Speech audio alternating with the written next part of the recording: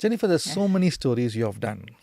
I'm tempted to ask you not on which story you like the most, but I'm sure in your experience, like what you spoke about the plane crash you were into, there's something which stands apart. Which story was that? Well, my greatest honor, I would say, was having interviewed Field Marshal Manekshaw. What an amazing man. And I honestly salute him after all these years because, first of all, it took me more than 1 year to get him to agree to the interview. There's a word called perseverance. Perseverance, persistence, If you're patience. a storyteller, yes. be patient. Yes, nothing's going to come to you on a plate. So it took me more than 1 year. year to get that interview, to get him to agree. I went up to his home in 𝒂𝒏𝒊𝒂𝒊𝒂𝒊𝒂 and did the interview. It went very well. The whole day was spent doing that interview.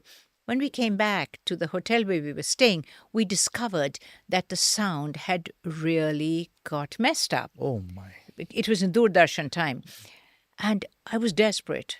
I was just desperate because I've spent so much time and energy trying to get him. 1 year waiting to get this 1 year appointment. waiting to get him, and in one day it's been ruined. I called him and I was in tears, actually, which is not something I would normally do professionally. And I told him, this is what has happened. I am so sorry. And the graciousness of that man said to me, and I remember his words, he said, I'm leaving for Coimbatore at 6 o'clock in the morning. If you can be at my home at 4 o'clock in the morning, I will give you the main interview again. Oh. Now, when I think about the graciousness of him to have agreed, because he knew how much effort I had put in to actually trying to get him, it was just so wonderful, because when the whole story came out and the interview came out, not quite like Doordarshan, but the minister actually wrote a letter to say that it was such an amazing, marvelous interview. Not for anything else, but he didn't even know. So he didn't know what the story was inside the story. That was the inside story. Yeah. And I've never forgotten that. Because to think that he actually saw my stress, he saw my distress at what had happened. Yeah. So I think that was one of the finest things I ever did. And I would say that the most important people have in when you're really close up and personal with them, they're just human beings. And if you can remember that, but you treat them and treat everybody with a level of respect and courtesy and niceness, it doesn't mean you have to be nasty. Even if you're asking an uncomfortable question, make no mistake, I've asked many uncomfortable questions, but you don't have to be shouting and screaming. You tell the person that, well, I would like to ask you this. It's your prerogative. If you don't like it, go ahead. Just tell me no comment and I will understand. You have to know as a journalist when to back off. You've got to know when you don't hang on too long. If the person doesn't want to answer, don't waste your time. Television time is the most precious thing in this world. So don't waste your time. Just go on to the next subject. Go on to the next topic. Go on to your next question. Go on to the next issue. Because sometimes people are so aggressive that they say, so what do you think? What have you got to say? Can you tell me? Can you tell me? He's not going to tell you. If he's a seasoned person, he doesn't want to talk to you. Normally, sometimes journalists are a pain in the neck. We know that, Ashvin, that when you go to some people, they don't want to see you. They just walk away. And you'll see this many, many times with the younger journalists. I can understand that they're being put under pressure by a managing editor or their input editor. I understand that. But at the same time, even that senior person has to understand, because they've been through the mill. They've been doing all of this. So there are times when people don't respond.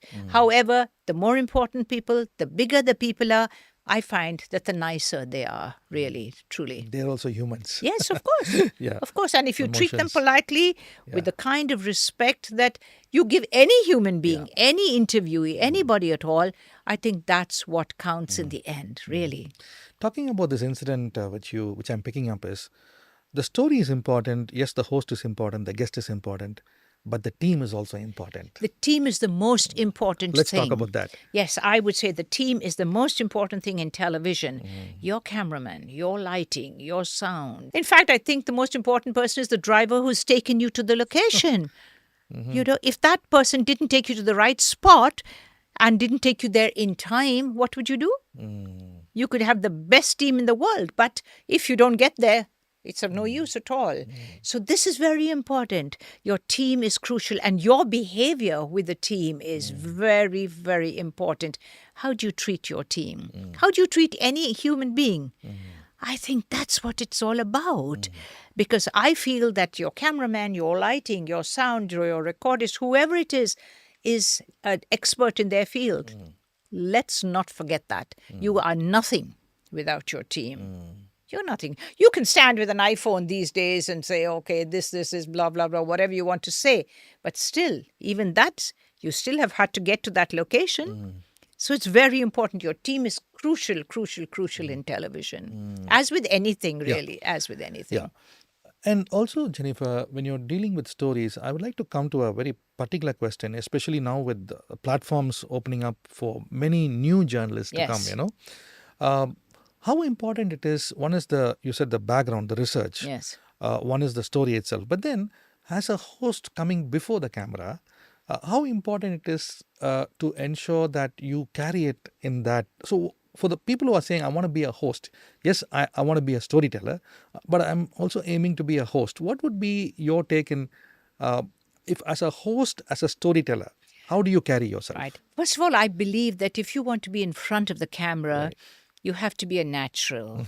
Be a natural. Be a natural. You just have to be yourself. Follow your own style. Yes, follow your own style. A little tip would be stand in front of your toilet mirror. Rehearse yourself. Look at yourself. You'll see how terrible you look sometimes. You'll see how badly you speak. Don't presume that you're the best looking person or you're not necessarily so. You're not necessarily the one who's speaking the best. So therefore, I think that's very important. You have to be able to present yourself in the way that you would like to be seen. You don't have to try to be too smart. You don't have to be, and by smart, I mean over the top, clever. You don't have to do that. There's no big words. Very simple. Your whole attitude has to be simple. I'm not saying you have to bow and scrape to your guest, your person who's with you. No, you don't have to do that. But you have to treat them with respect, with kindness, and with courtesy, as you should treat anybody, really. And I feel that you need to, if you're a presenter or an anchor, you need to always be able to come back to that guest. There are people who will say, I never want to be on her show again. I never would like to be. I've never had that, Ashvin. It has never happened. This is not a boastful sentence. No, not at all. Because if you have been courteous with somebody, they will always come back to you if you need them. You may not need them. Doesn't matter. But just a small example. I remember being in Sri Lanka and going to interview the president of Sri Lanka in her palace. Do you know that the president made us wait for 12 hours for the interview? Gave us an appointment in the morning. Till the evening, we were still in the palace waiting for her. And when the lady came out, she didn't even apologize. She just thought it was okay. You're just the journalist who's come to interview me. Mark you, world exclusive interview. But the point was, I just kept quiet. I was just so glad that I was getting this interview after 12 hours. It didn't matter. It didn't matter that the whole 12 hours has gone. It did not matter at all. So that's very important. You'll be subjected to things like this. It happens all the time. People don't think about timing, and this is very important. So it's okay. It's all right. It's your passion to be there, to get that story. I want the story. That's the main thing. Yes, that's right. So for the people who are saying, yes, I want to be in this business of storytelling, I want to be in front of the camera, you're giving a lot of foundational takeaways and also some very good takeaways. But more than that, you're saying something which is resonating. Be yourself. Don't have to look at somebody else and say, I want to be like that. That's right. But be yourself. Yes, there are no two people who are the same in this world anyway. There's be somebody who looks like Ashvin and somebody who looks like me. Somebody who speaks like you, somebody who speaks like somebody else. So what? There are lots of people, and we used to have in NDTV people from different parts of the country, different accents, different mannerisms, different feel about what's happening in their state, a different feel about how they should look. It did not matter at all. It's each individual. Yeah, you know, one of the things that I used to enjoy watching news is, Jennifer, for me, is Larry King Live. Oh, yes. I mean, just was that his voice, you know, wonderful. The way he took the story. I remember Larry King was interviewing Billy Graham. Yeah. And he has interviewed some very big Yes, personalities. of course. But I just love the way he comes to Yes. the story. That was a big inspiration for me, you know. That's right, yes. So I'm just saying, you know, that to me, that was a storyteller. That's right. I love David Frost, actually. David Frost? Okay. And I had the opportunity of seeing Tim Sebastian, actually, in his studio in London. And he was also marvelous, quite aggressive, very tough. You know, he would stare, etc. But still, at the same time, there was such a charisma about these Exactly. people. And that charisma didn't come overnight. Yes. That's what I was saying, that they have built up to where they are. And they exactly. deserve every success when you've gone through the mill like that. It's growing up, Jennifer, I should say also, I've really enjoyed watching your stories also because, you know, now I'm able to resonate back, you know, when you said every one of your story, which I've seen on TV and some on YouTube, is really amazing. You know, it's just that you bring that personality and I'm able to reflect on what the key points you're saying here is give respect to the guest. Absolutely. But get the story. It can be a tough question, but do it gracefully. That's right. It's the gentleness that you convey. You don't have to be aggressive. What are you trying to prove to your guest? That's the bottom line. I don't want to prove anything. I want to get that guest to tell me what I want to hear. That's very important. And you can do anything in this world if you do it nicely. I think that's the key. And I think that's the key to success, really. That's the way it is. I think this is the 4th show, and every show we are getting one key point. And this time it's more on, you know, be original, be yourself. That's the one line I'm getting. Absolutely. Be yourself, stand in the mirror, try talking to yourself, see how it looks, and just be yourself, you know. Like even in this show, you know, we have some notes, but I'm not even following the notes, you know. So I'm just saying it's just enjoy the show, you know. If we both enjoy it, I think others will enjoy it. Well, I hope so, Ashvin. I hope so. Yeah. No, but that's big takeaways. And I like the way you said care for your team. Very important. You know, sometimes we get so carried away that we don't bother about the team, you know. Right. That's the point. Journalists and people in front of the camera, particularly anchors, and you can become very arrogant. You can become very obnoxious is the right word.